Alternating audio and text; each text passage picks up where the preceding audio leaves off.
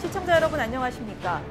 코로나19로 전 세계가 급격한 변화를 겪고 있습니다. 우리나라도 정치, 경제, 사회, 문화, 심지어 종교까지 이전에 한 번도 경험하지 못했던 상황을 맞이하고 있습니다.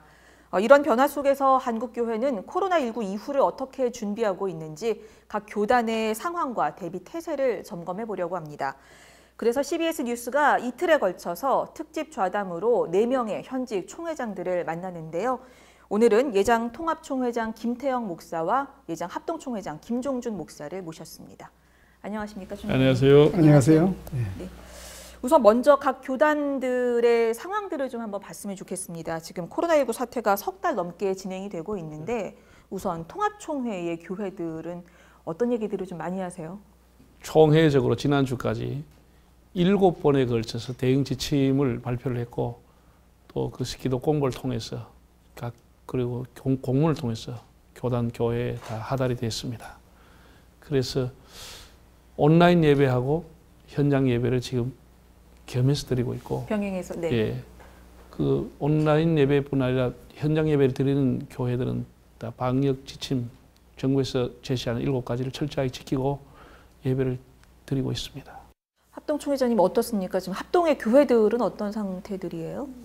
지난 12일 부활절을 기준으로 해서 전 성도들이 다 현장 예배로 복귀할 수 있도록 공문을 하달하고 그렇게 실천하고 있는데 아무래도 정부에서 또 이렇게 매스컴을 통해서 가능하면 자제해달라고 하는 것 때문에 성도들이 모이지 않고 있는 그런 현실입니다. 철저히 그 7대 준칙을 지켜가면서 예배 횟수를 늘려가지고 그렇게 해서 지금 예배가 계속 진행되고 있습니다. 예. 혹시 총회장님 지금 이제 온라인 예배와 현장 예배를 병행은 하고 있지만 앞으로는 점차 현장 예배 쪽으로 이제 많이 진행이 될 텐데 혹시 총회장님 입장에서 우리 교회들이 기본적으로 이제 정부 준칙은 잘 지키지만 좀 더 추가적으로 혹은 뭐 지금 상황에서 좀 더 대비를 해달라 이렇게 좀 당부하실 만한 부분들도 좀 있을까요? 교회가 현장 예배 드릴 때는 굉장히 조심스럽게 문을 열고 또 7가지 외에도 우리가 할 수 있는 거 최선을 다하고 있습니다. 네. 저희 교회 같은 경우도 1200명 모이는 곳에 150명이 모여서 예배를 드립니다. 거리를 충분히 띄우고. 거리 두기를 해야 되니까. 예. 들어온 입구에 발열 체크를 우리 교회 집사님들 의사들이 나와서 직접 가운을 입고 하고 있습니다. 근데 이제 대형 교회들 같은 경우는 그게 가능할 수 있는데 네. 이제 좀 규모가 작은 교회들 같은 경우는 네. 또 상대적으로 이런 준비들을 하기가 쉽지 않을 것 같은데 어떠세요? 작은 교회들이라도 막무가내로 예배 드리는 교회는 없습니다. 그것은 왜냐하면은 이미 언론을 통해서 교인들이 더 잘 알고 있기 때문에 교인들이 오히려 더 염려하는 거예요. 그렇기 때문에 목사님들이 그 7대 그 준칙을 안 지킬 수가 없죠. 예, 작은 교회라도 저는 그렇게 막무가내로 강행한다는 것은 아니라고 봅니다. 알겠습니다. 이 방역 관계자들이나 이런 의료계에 있는 분들은 가을에 2차 유행이 올 수 있다. 겨울에도 2차 유행, 3차 유행까지 이제 진행될 수 있다. 이런 우려들을 많이 하시거든요. 교회 입장에서도 코로나19가 장기화되는 거에 대해서는 좀 우려하는 부분들이 있을 것 같은데 우선 김종준 총회장님 어떻습니까? 지난번 사태는 예고 없이 갑자기 왔기 때문에 대처하는 데 좀 어려움이 있었지만은 이제 한번 경험했기 때문에 미리미리 기도로 준비하면서 대처한다고 한다면 아마 내가 볼 때는 그런 어떤 혼란 없이 현장 예배가 계속 지속되면서 우리 신앙을 지키면서 그 어려운 난관을 극복해 나갈 수 있지 않겠는가 그렇게 저는 생각을 하고 있습니다. 괜찮을까요? 장기화될 때 교회가 갖게 되는 어떤 뭐 타격이라든가 어떤 우려점들? 네. 우리가 목회자들로서 염려되는 것은 이제 영상 예배라고 하는 것이 쉽게 접근했던 사람들이 좀 편한 것을 찾는 시대가 아닙니까, 현대가. 그러다 보니까 교회에 나오는 것보다도 얼마든지 집에서 들을 수 있구나. 근데 이런 어떤 잘못된 시그널 때문에 TV 시청을 예배로 착각할 수도 있겠다. 이런 생각이 들어서 좀 염려스러운 면도 없지 않아 있습니다. 네. 이 장기화에 대해서 그러면은 좀 교단에서 어떤 뭐 정책적인 부분이라든지 감염병이 장기화되는 것에 대한 뭐 대비 이런 것들은 좀 논의하고 계세요? 어떠세요? 충분히 저희들은 논의하고 있고 심지어 올 가을 총회도 우리가 이제 전자 회의를 하려고 준비를 하고 있습니다. 아, 전자회의까지. 예, 알 수 없기 때문에 이미 노회들은 다 연기를 했습니다. 지난주부터 노회가 시작이 됐습니다. 해가지고 노회도 철저하게 이제 장소를 다 바꿨습니다. 그 바꾼 것은 노회 안에서 제일 큰 교회를 찾아가야 되니까. 거리 때문에. 하니까. 예. 그래서 장소도 바뀌어주고 날짜도 바뀌어주고 뭐 총회의는 거의 모든 회의들은 화상회의로 다 전환했습니다.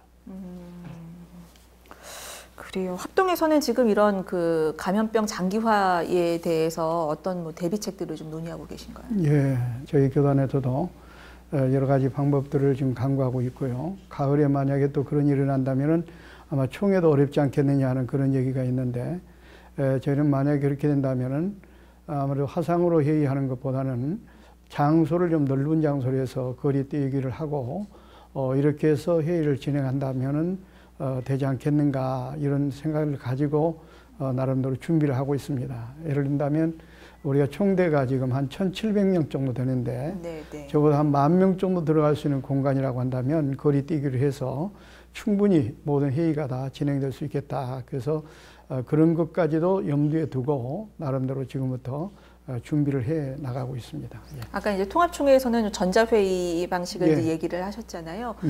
혹시 그런 검토도 가능할까요? 근데 저희는 이제 예배나 또 회의나, 물론 회의는 그렇게 할 수 있겠지만은 예배 자체는 이렇게 화상으로 이렇게 한다고 하는 것 자체가 예배 정신에 좀 위반되기 때문에 가능하면은 사실은 교회라고 하는 것이 그 하나님께 부름받은 사람들의 성도들의 모임 아닙니까? 그때 모임 가운데서 모든 일이 이루어진다고 생각하고 있습니다. 그렇기 때문에 그 화상회의나 화상예배보다는 현장에서 이렇게 모여서 그 준칙을 지키면서 모든 것들이 회의가 진행되고 예배가 진행된다고 생각을 하고 있습니다. 예. 네. 그 이제 현장 예배가 계속 재개가 되고 앞으로 진행하는 교회들이 더 많아지긴 할 텐데 말씀하신 대로 온라인 예배를 완전히 접지는 못할 거다라는 사실 생각도 좀 들어요. 그러면은 혹시 그 이제 교단 차원에서 이 온라인 부분을 조금 더 강화하는 이런 부분도 좀 고민을 하고 계신지 어떨까요? 저희 교단은 6월 15일 날 온누리 교회에서 코로나 이후에 한국 교회 어떻게 할 것인가라고 하는 주제를 가지고 대토론회를 계획을 하고 있습니다. 그래서 사회적인 저명 인사를 모셔가지고 한국 사회가 어떻게 변동이 될 것인가라고 하는 주제 강연과 영상 예배에 대한 신학적인 배경은 무엇인가? 앞으로 영상 예배가, 화상 예배가, 온라인 예배가 발전되면 어느 방향으로 발전될 것이며 어떻게 교회들은 대처해야 될 것인가? 뿐 아니라 교회는 얼마나큼 공공성을 가지고 사회적인 책임적인 존재로서 투명성을 가지고 교회가 갈 것인가? 라고 하는 것도 우리가 반성하고 새로운 길을 찾아야 된다고 봅니다. 그런 등등의 제목을 가지고 대토론회를 해서 방향을 정하려고 합니다. 토론을 통해서 나오는 의견들을 좀 잘 집약을 하시겠다.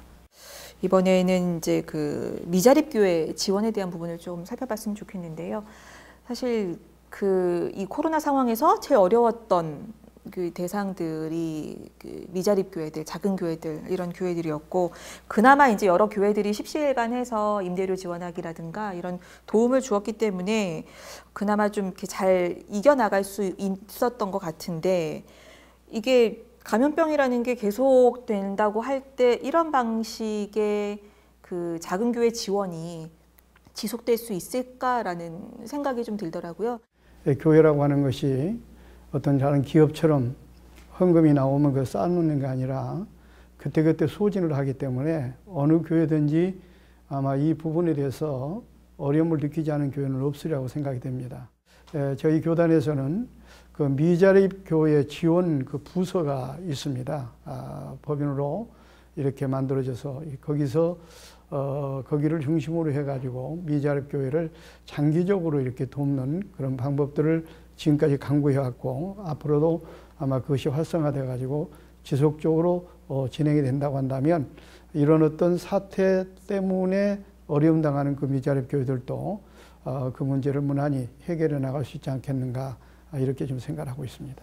평상시에 지원책들이 꾸준히 이제 이어지게 하겠다는 말씀이신 건가요? 예, 그렇습니다. 지금 나름대로 이제 노예 미자위원회 구성해가지고 그 노예를 책임져서 미자립교회를 도와왔습니다. 네, 근데 네. 그걸 확대해서 지금 미자립위원회가 있어서 미자위원회가 이번 코로나 사태를 중심으로 해가지고 많은 액수를 해서 지금 지원을 하고 있는데 이것을 갖다가 이것으로 단회적으로 그치는 것이 아니라 지속적으로 지원할 수 있는 그런 방법들을 강구하고 있습니다. 예. 노예에서 많이 좀 신경 써야겠네요. 그렇습니다. 예.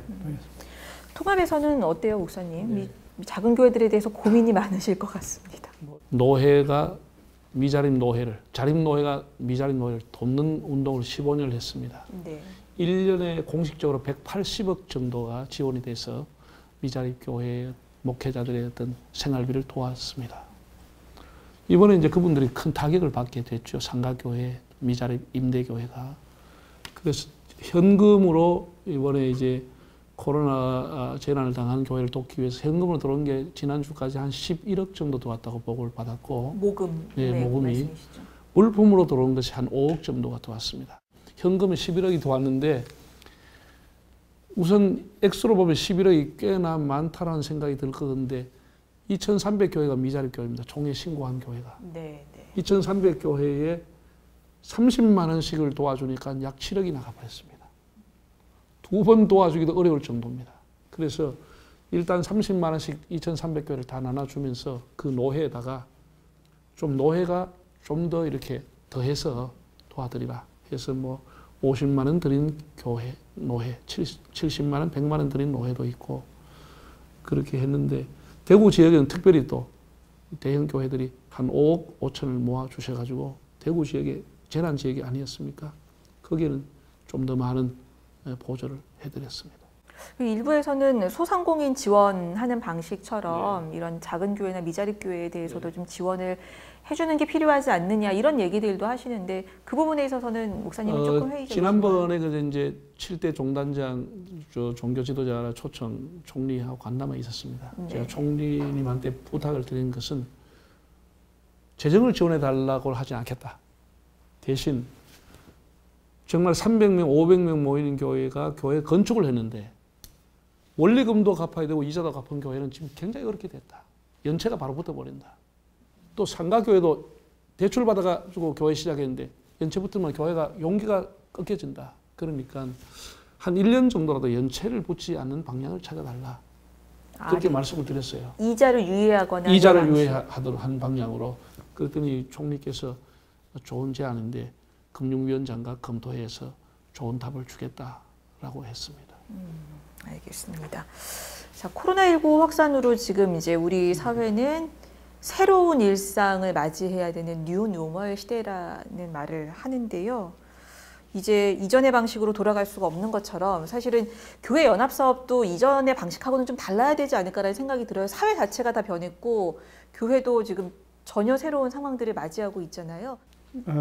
아무래도 이제 우리 연합 사업은 우리 한교총이라고 하는 그 단체가 있어서 아마 거기서 논의돼 가지고 방향을 제시하고 그렇게 나가야 될 겁니다. 그것은 지금 한교총의 지금 대표 회장으로 우리 통합 측의 우리 김태형 목사님이 계시기 때문에 아마 그 한교총을 중심으로 해가지고 함께 논의하고 연합사업을 펼쳐나가야 되지 않겠나 이렇게 좀 생각하고 있습니다. 한교총 중심으로. 네, 예. 공이 목사님께 넘어왔습니다. 이제 그 하나된 힘을 가지고 우리가 한국 교회와 한국 사회를 어떻게 섬기며 한국 교회를 어떻게 대변할 것인가라고 하는 데 대해 좀 더 중지를 모아야 되는데 처음에는 혼선이 많이 왔습니다.